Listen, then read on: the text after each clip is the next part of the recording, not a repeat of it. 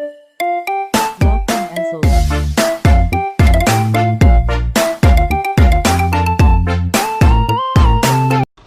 Hi guys! Welcome back to my channel, Charot. Karon guys, nakipakita sa inyo ha ay nag-shopping ang individually. Oy, hilasong pobre biyata, no? So, mga sale na.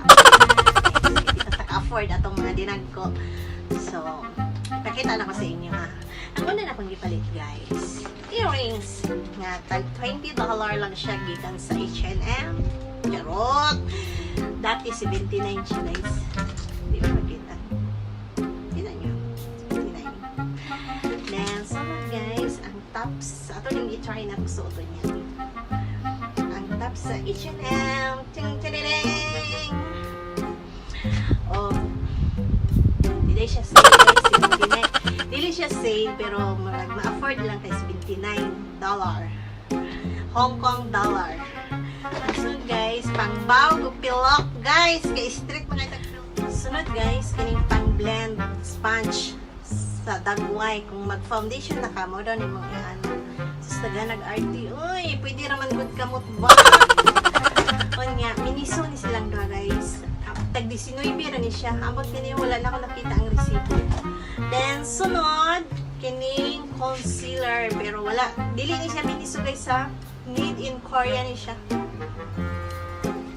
Bot, si brand ano di mo kabasa. PNGT. Charot. Dual ni siya guys. So, tchadan! Panapon ni siya mga kurikong. Then, sunod ang lipstick.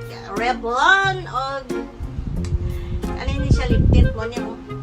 Lip tint nga sa Tony Moly.